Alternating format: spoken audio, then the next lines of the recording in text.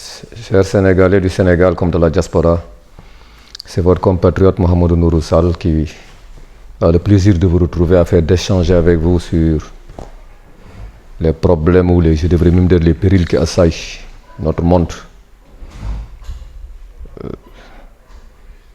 Bien sûr, je ne peux pas commencer cette vidéo sans faire allusion aux résultats des examens du baccalauréat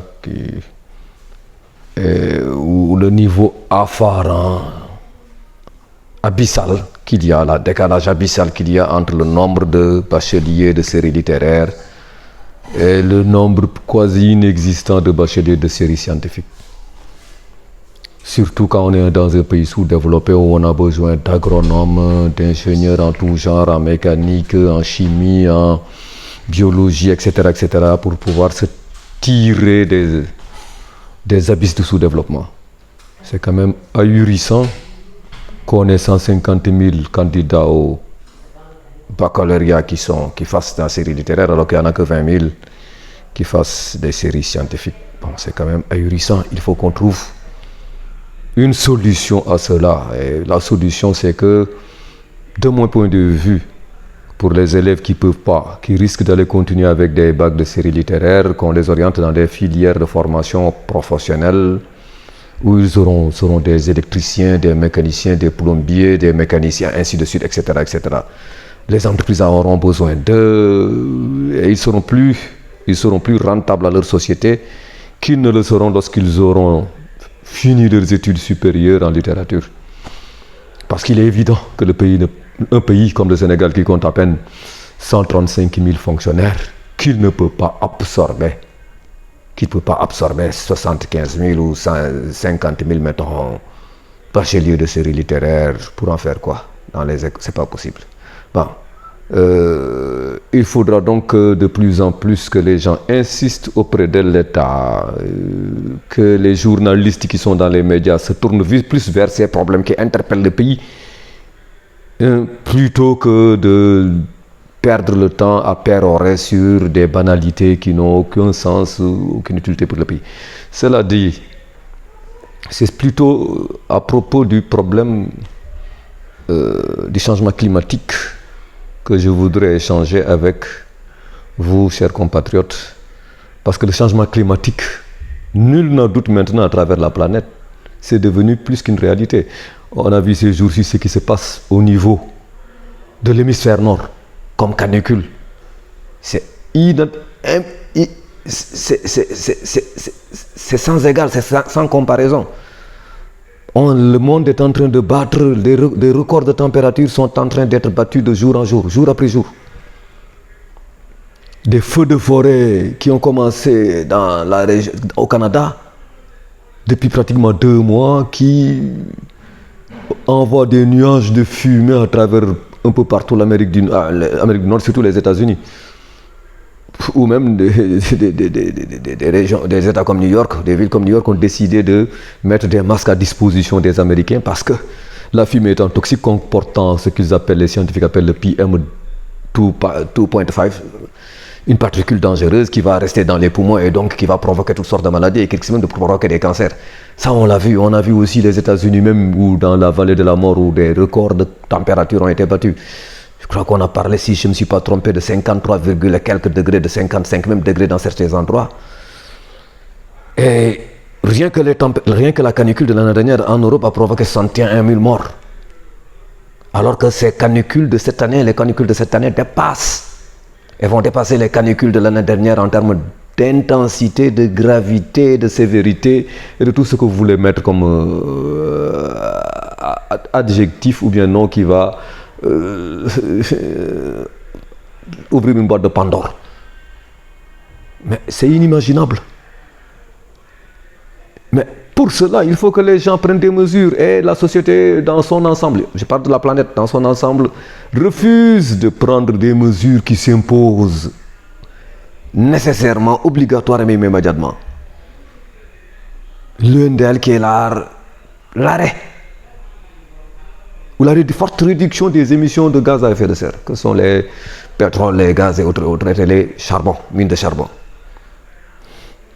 Mais Si l'Agence internationale de l'énergie nous informe il y a une semaine que la Chine, c'est la Chine même qui va atteindre son projet de renouvelable en 2025, alors que la Chine s'était fixé comme horizon 2030, que la Chine va atteindre ça en 2025 parce que c'est la Chine qui a, sur les trillions de dollars qui ont été dépensés sur les renouvelables l'année dernière, la Chine a elle seule a dépensé 513 milliards de dollars, soit 22 fois le PIB sénégalais. Pour ne pas faire de commentaires. Et malgré tout, la Chine continue toujours à ouvrir des mines de charbon. Ce qui nous donne une idée de ce que du grand sursaut auquel l'humanité doit procéder, parce qu'il n'y a pas de choix qui se présente en nous. La nature ne négocie pas avec nous. La nature impose ses réactions et qui vont crescendo.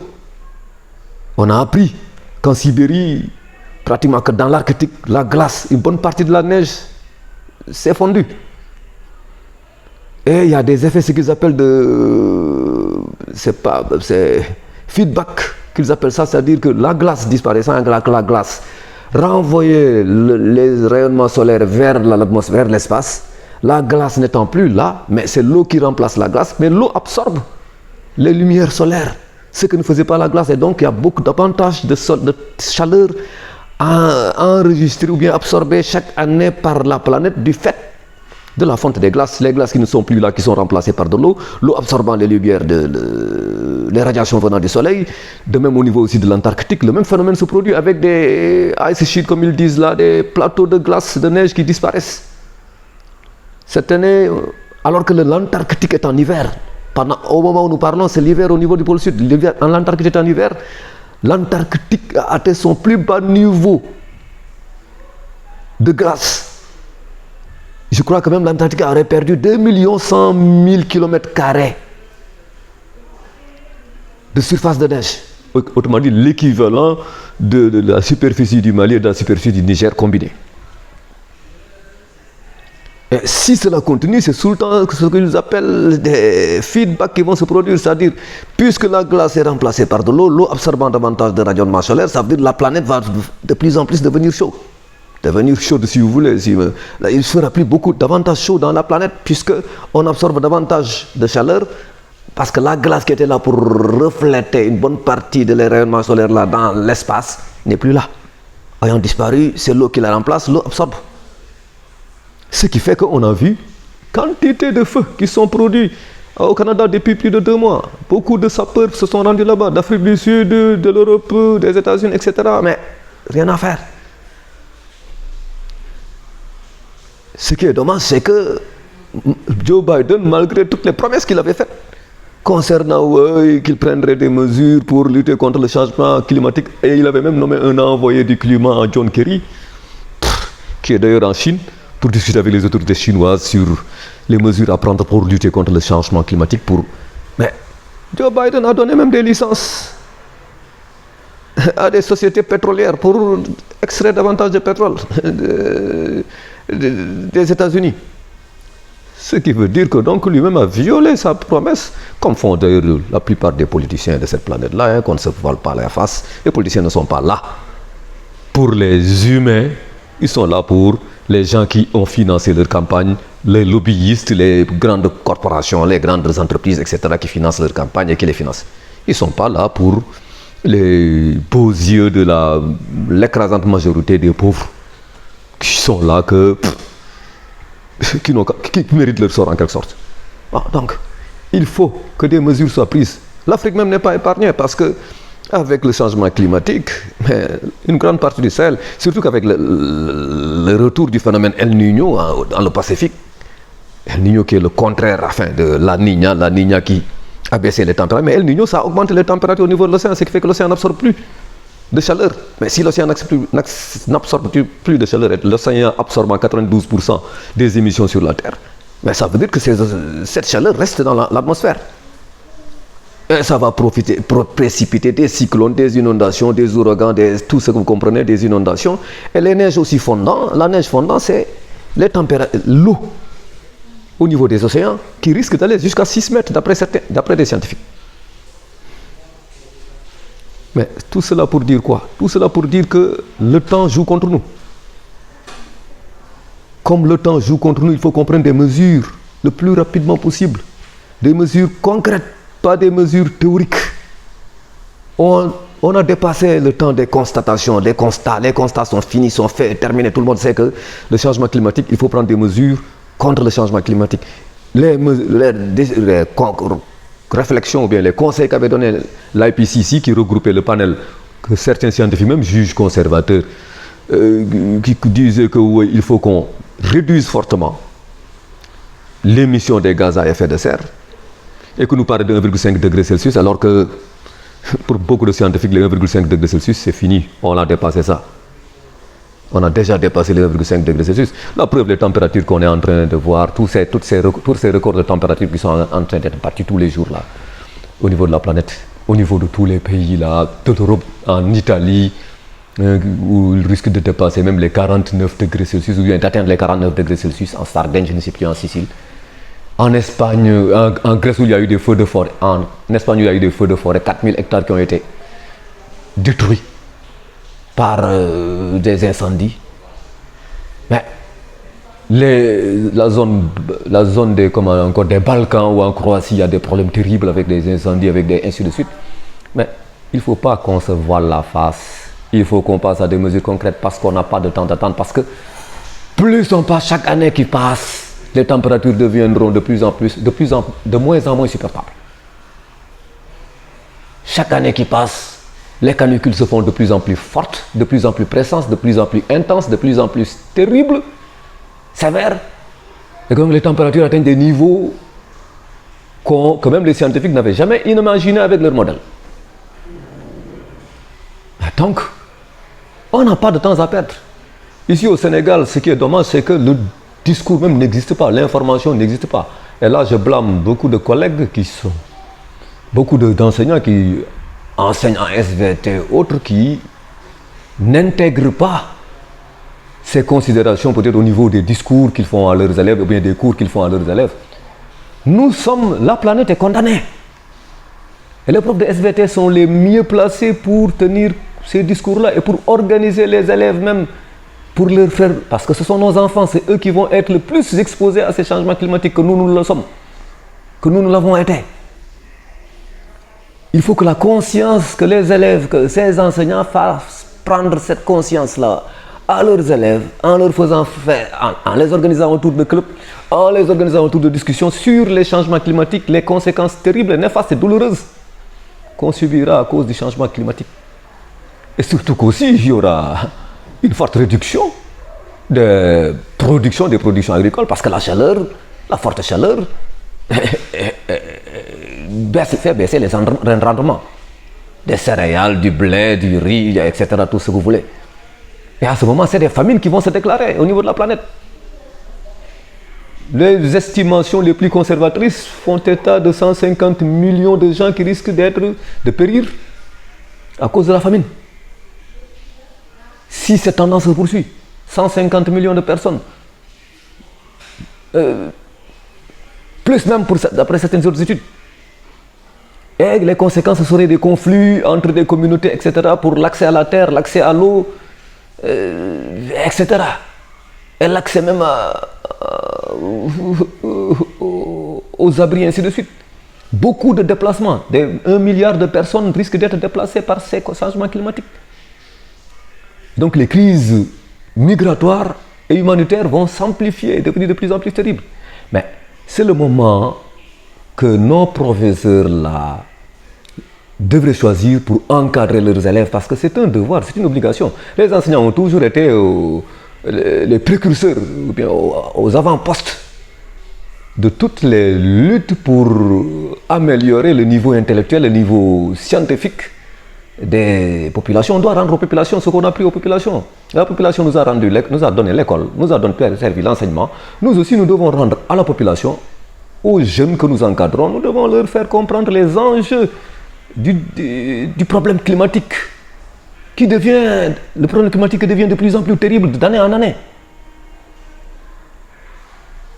Ça, c'est aux enseignants de faire cela. Et ensuite, de faire comprendre aussi l'intérêt que constituent les puits de carbone dans toutes les contrées de la planète. Les puits de carbone que sont les forêts, les mangroves, etc. Et j'en profite pour dire que c'est eux-mêmes qui auraient dû faire que la pression monterait au niveau du gouvernement pour lutter, pour refuser, s'opposer à la destruction des mangroves qu'il y a eu dans tout Dakar. Et des Niayes. Aussi, et des Niayes qu'il y a dans Dakar. Les mangroves ont été détruites pour des considérations purement matérielles. Construire des maisons pour des gens qui en ont beaucoup de maisons, parce que ce n'est pas les gens pauvres qui vont acheter ces maisons dans les mangroves, c'est les gens qui sont riches, qui vont acheter des maisons là-bas, qui vont faire de la spéculation foncière et immobilière, construire pour louer à d'autres à plus cher, et ainsi de suite. Alors que la mangrove était là pour protéger les côtes en plusieurs domaines. Les mangroves protègent contre les inondations, fortement contre les inondations. Sans mangrove, il y aura davantage d'inondations et les Dakarois ne devront pas se faire d'illusions. Parce que quand il y aura des pluies, cette année peut-être c'est à cause du phénomène El Niño qu'il n'y a pas encore énormément de pluie. Mais s'il y a des pluies, il y aura davantage d'inondations à Dakar. Il ne faut pas s'attendre au contraire. Certes, c'est le gouvernement qui est responsable, c'est le gouvernement qui a décimé ces mangroves. Donc exposant davantage Dakar, toute la ville de Dakar, toute la région de Dakar aux inondations. Parce que les mangroves protégeaient contre les inondations. Et ensuite, les mangroves absorbaient le dioxyde de carbone. Et Dakar émet énormément de dioxyde de carbone compte tenu du nombre ahurissant de véhicules qu'il y a là-bas. C'est partout la fumée, il y a tout le temps des fumées toxiques à Dakar qui ne s'en vont pas. Pourquoi est-ce qu'elles vont s'en aller? Parce que puisque les mangroves ont disparu, les mangroves au moins absorbaient une bonne partie de ce dioxyde de carbone. Ayant disparu, mais il va faire davantage chaud à Dakar, davantage de production de fumée toxique à Dakar, davantage de maladies à Dakar, tous ces asthmes, toutes ces maladies des poumons, et ainsi de suite, et même des cancers.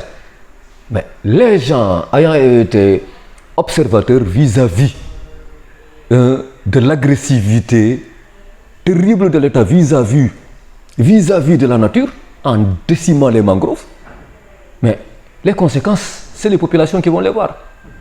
Au lieu de se consacrer à des manifestations qui étaient futiles, inutiles, etc., mais c'est ça, c'est des manifestations de survie qui interpellent toute la planète, toute la population. Ça n'a rien à voir avec des considérations politiques. Là, ici, on ne parle pas de politique, on parle de survie.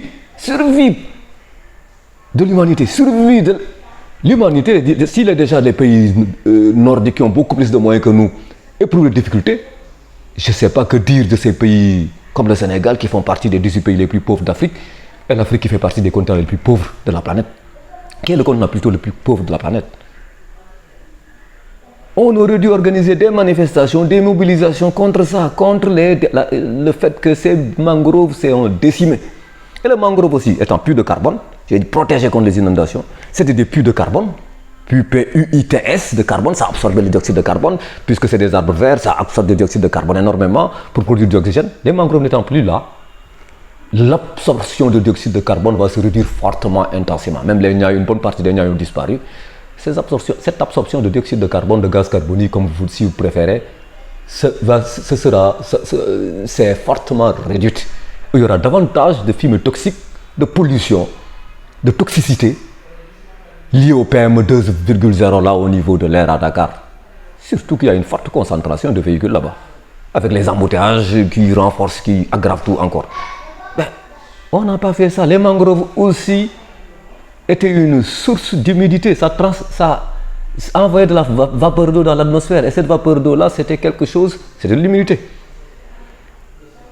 L'humidité, ça rafraîchissait, en quelque sorte.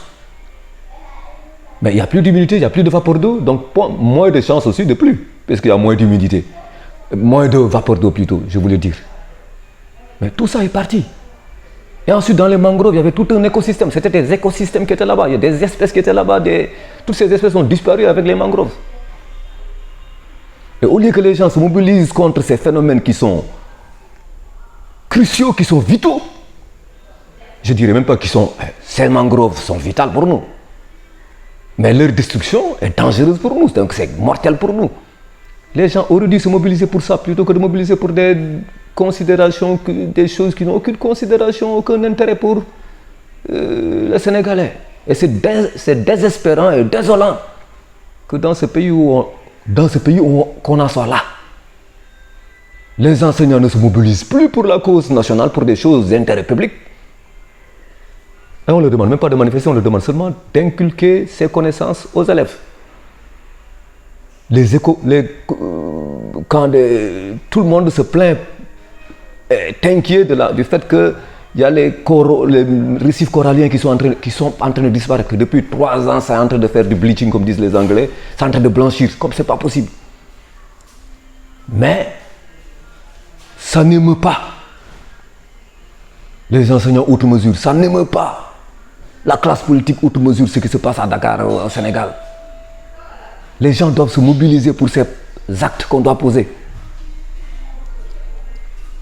Mais si l'on ne se mobilise pas pour ces actes-là, qui sont d'un intérêt vital pour les êtres humains que nous sommes, et nos enfants qui sont condamnés, nous-mêmes nous sommes condamnés déjà, mais nos enfants seront davantage condamnés que nous, parce que les scientifiques disent qu'aucun modèle ne peut se prévoir déjà. Il y a beaucoup de known unknown, comme ils disent, unknowns, des connus, enfin, des inconnus connus, et comme ils disent aussi, de unknown unknowns, des inconnus inconnus. Il y a énormément d'inconnus inconnus dans ces manifestations climatiques. Il y a beaucoup de choses qu'ils ne savent pas prévoir dans leur modèle, parce qu'il y a énormément d'inconnus qu'ils ne maîtrisent pas. Et il y a aussi énormément d'inconnus aussi qu'ils connaissent, mais qu'ils peuvent difficilement modéliser. Et que le changement climatique est en train de s'emballer. Les températures sont en train d'augmenter d'année en année. Les canicules sont en train de s'intensifier, de durer davantage. Ce que nous vivons ici au Sénégal depuis une longue période, c'est des canicules. Et ce qui est terrible, c'est qu'aussi, dans les villes comme la ville dans laquelle j'habite, à Thiès, on a des racines, il n'y a plus d'arbres. Il n'y a plus d'arbres, il n'y a pas de jardin où les gens sont censés de trucs, il n'y a pas tout ça. Et à Dakar, il n'y a même pas de jet d'eau. Parce que les jets d'eau aident à amortir au moins un peu la chaleur causée par ces canicules. Mais il n'y a plus de jet d'eau, il n'y a rien. Les gens sont offerts, sont livrés à la violence et au caractère sauvage du changement climatique. Et il y aura beaucoup de morts, bien sûr.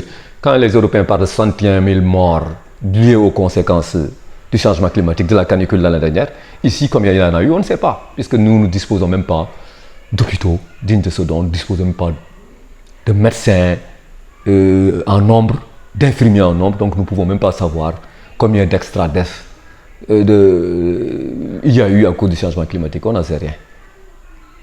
Mais il est temps que cela change, qu'on introduise des leçons, une autre structure, un autre comportement au niveau des écoles, qu'au niveau des médias aussi, que le problème soit pris à bras le cœur, qu'on débatte de cela plutôt que de livrer des débats insipides qui se font jour et nuit autour des mêmes thèmes qui n'intéressent personne. Chers Sénégalais, merci de votre patience et au revoir.